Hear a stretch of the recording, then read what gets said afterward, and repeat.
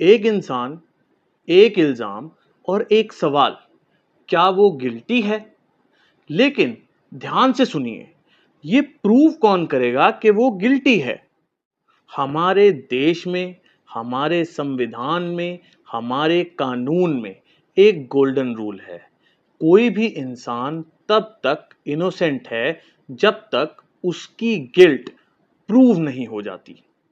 आज मैं आपको बताऊंगा वो रूल जो पुलिस भी जानती है, जो जजेस भी जानते हैं, लेकिन शायद आप नहीं जानते। और इस रूल को ना जानने की वजह से बहुत से लोग जेल में हैं। तो चलते हैं फंडामेंटल्स पर।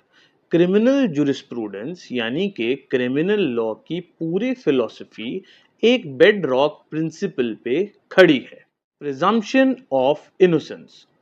हर अक्यूज्ड पर्सन, चाहे वो मर्डर के लिए अक्यूज्ड हो या वो चोरी के लिए अक्यूज्ड हो, वो प्रिज्यूम्ड इनोसेंट है जब तक प्रोसिक्यूशन लॉयर यानी कि गवर्नमेंट का लॉयर उसकी गिल्ट प्रूव नहीं कर देता।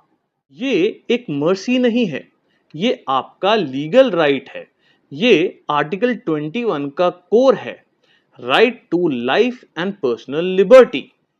क्रिमिनल लॉ में ऐसा कहते हैं, the burden of proof lies on the one who alleges, not on the one who denies.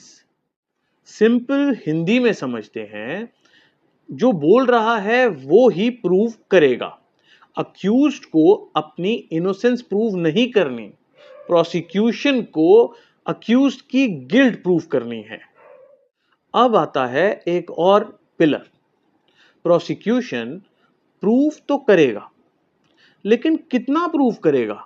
यहां आता है स्टैंडर्ड ऑफ प्रूफ।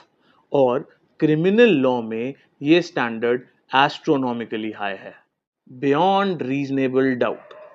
मतलब सिर्फ पॉसिबिलिटी ही नहीं, सिर्फ सस्पिशन ही नहीं, सिर्फ सर्कमस्टेंशियल एविडेंस ही नहीं, हर रीजनेबल डाउट अक्यूज्ड की फेवर में जाना चाहिए।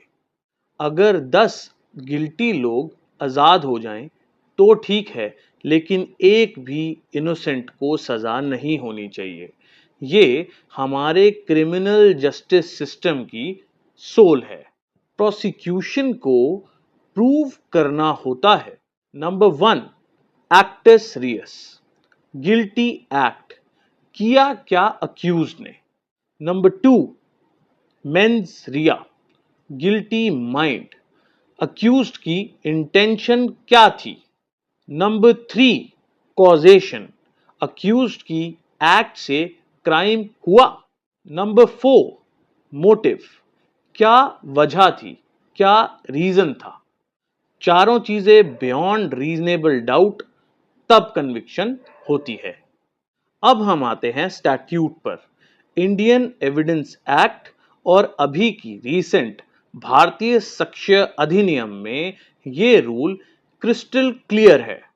Section 103 of Indian evidence act और सेक्शन 106 ऑफ भारतीय साक्ष्य अधिनियम ये कहता है, जो कोई चाहता है कोर्ट किसी पर्टिकुलर बात पे बिलीव करे, उसका बर्डन ऑफ प्रूफ उसी पर होगा अनलेस लॉ किसी और पर बर्डन डालता हो।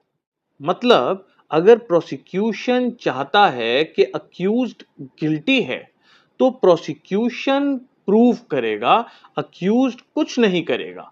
ये जनरल रूल है। अब यहां पे एक बहुत इंपॉर्टेंट नुआंस है जो 90% लोग मिस कर जाते हैं।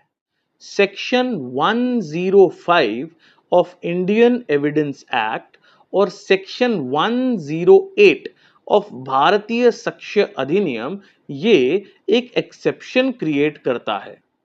अगर अक्यूज्ड जनरल एक्सेप्शंस का क्लेम करे, यानी कि वो कहे, मैं पागल था, इंसैनिटी, मुझे डराया गया था, ड्यूरेस, मैं अपनी जान बचाने के लिए लड़ा, प्राइवेट डिफेंस, मैं एक्सीडेंट में था, एक्सीडेंट, तो बर्डन ऑफ प्रूफ शिफ्ट हो जाता है। एक और बात जो बहुत ही क्रिटिकली इम्पॉर्टेंट है वो ये है कि यहाँ पे अक्यूज्ड को बियॉन्ड रीजनेबल डाउट प्रूव नहीं करना।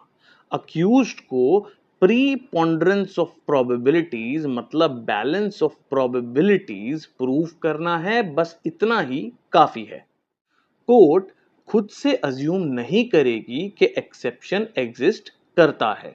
अक्यूज्ड को एक्सेप्शन रेज करना पड़ेगा, अक्यूज्ड को एविडेंस दिखाना पड़ेगा, तभी जाके कोर्ट कंसिडर करेगी। ऑनरेबल सुप्रीम कोर्ट ने state of UP versus Ram Swaroop में ये कहा है कि section 105 of Indian evidence act accused पे जो बर्डन डालता है वो प्रोसिक्यूशन के बर्डन से मच लाइटर है।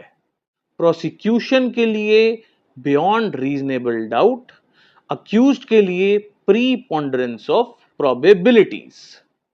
दोनों बर्डन्स सेम नहीं है।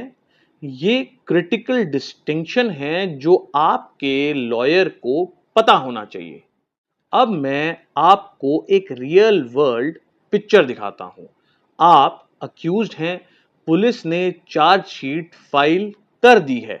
स्टेप नंबर 1, प्रोसिक्यूशन अपना केस प्रेजेंट करते हैं। डॉक्यूमेंट्स, विटनेस, एविडेंस, उनका काम है अपने केस को प्रूव करना। स्टेप नंबर 2, आपका लॉयर क्रॉस एग्जामिनेशन करता है, हर एविडेंस को चैलेंज करता है, हर डाउट को रेज करता है, क्योंकि सारे रीजनेबल डाउट्स आपकी फेवर में हैं।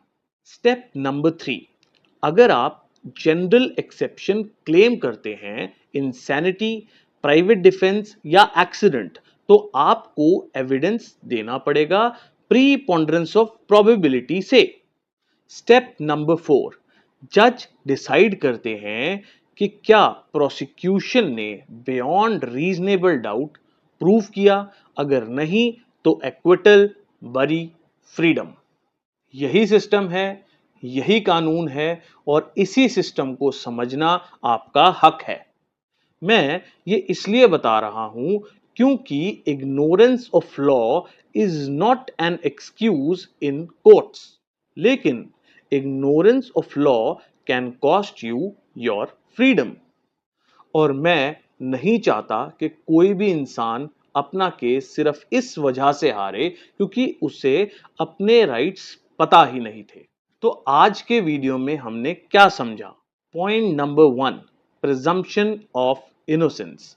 आप इनोसेंट हो अंटिल प्रूवन गिल्टी, ये आपका हक है। Point number 2, burden of proof prosecution पर है, आप पर नहीं, ये एक फंडामेंटल रूल है। Point number 3, standard of proof beyond reasonable doubt. Point number 4, section 103 of Indian evidence act और सेक्शन 106 ऑफ भारतीय साक्ष्य अधिनियम ये मेंशन करता है कि जो क्लेम करेगा वो ही प्रूव करेगा।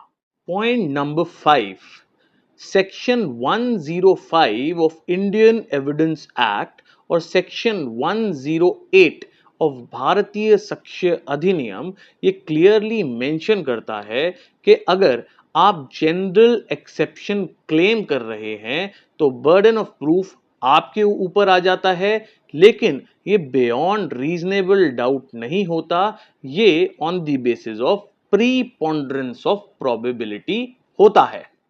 कानून भी सही तरीके से तब काम करता है जब आप इसे जानते हो। हर एक इंडियन सिटीजन को ये पता होना चाहिए, चाहे आप पार्टी हो, चाहे आप विटनेस हो या एक जागरूक नागरिक। मैं हूं आपका रघु राघव श्रीधर। मैं इसीलिए हूं ताकि कानून के दरवाजे आपके लिए हमेशा खुले रहें। अगर ये वीडियो आपको वैल्यूएबल लगा हो तो इसको शेयर कीजिए और ऐसे वीडियोस देखने के लिए follow and subscribe ask legal Raghav. मिलते हैं अगले वीडियो में।